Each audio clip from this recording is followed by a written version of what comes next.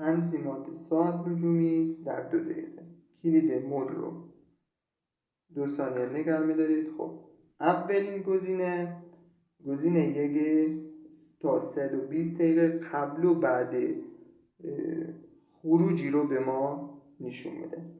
من اگر 0 باشه خروج رل مساویه با غروب آفتاب. زمانی که آفتاب غروب کرد شما میتونه اون سیستم روشنایی یا هر چی که به خروجی داره رو فعال کنید.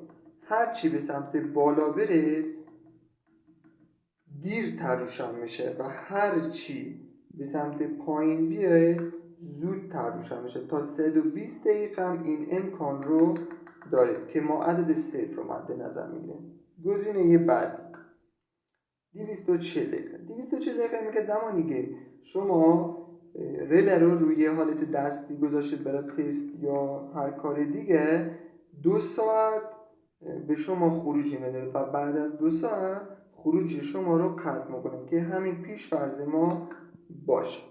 این گزینه جغرافیای شهر دون رو نشون میده که باید همین گزینه باشه که ما در شهر یزد عدد 44 کد شهر ما که در پست بعدی کد شهر رو هم براتون میذارم. این گزینه زمان خاموش شدن رو به ما نشون میده. یعنی چه؟ اگر این گزینه باشه خاموش شدن در ساعت دلخواه، یعنی من میتونم تنظیم کنم که آقا 6 صبح، 5 صبح، 4 و نیم، 3 هر ساعت دیگه مد نظر باشه خروجیم قطع بشه. گزینه بعدی خاموش شدن در طلوع آفتابه. میتونم تنظیم کنم روی طلوع آفتاب و زمانی که آفتاب طلوع کرد خروج ما قطع بشه. حالا موقع زمستون تابستون خودش به طور اتوماتیک جلو عقب میره چون که طلوع غروبا کم و زیاد میشن و این حالت را به ما تایمر روشن میشه. یعنی چه؟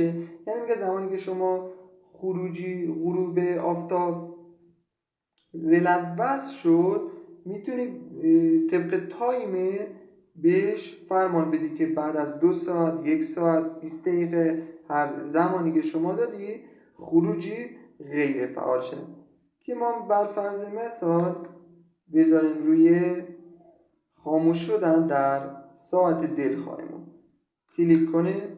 خب اینجا عدد مورد نظر 5 صبح، ما اینجا میتونیم تا